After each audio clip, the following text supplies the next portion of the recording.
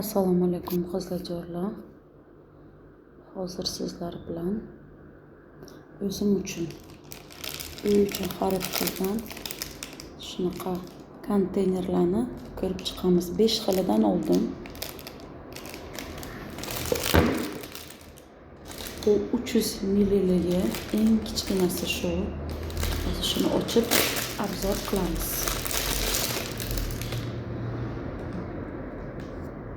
Judayam chiroyli ishlangan. Plastmaslari qalingina. Mana shunday ochiladi. Va yana osongina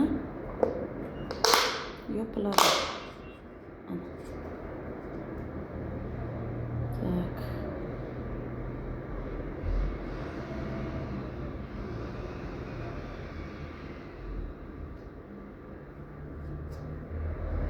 Judayam ajoyib.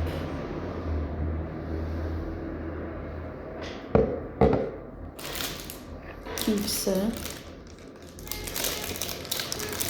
bunisi 550 milliligi.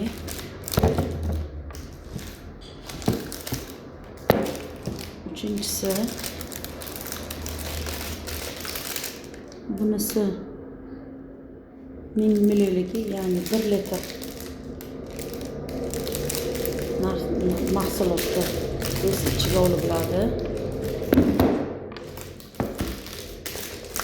Dördüncüsü,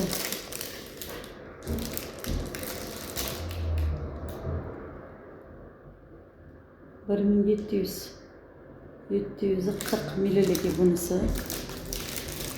Ve en oxirgisi, en kattasi ana shu.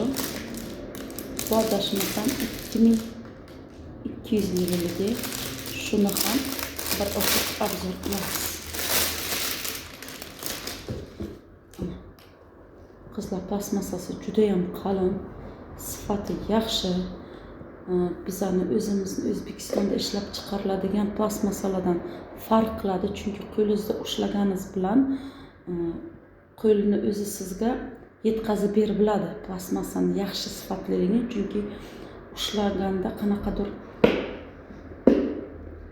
plastmasasi boshqacha bilinadi ana qizlar.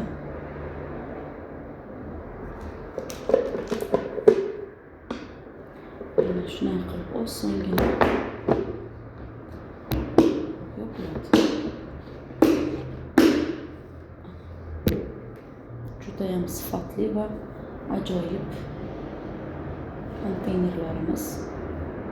Bemalol o'zlaringiz uchun xarid qilib uyga ishlatishlaringiz mumkin.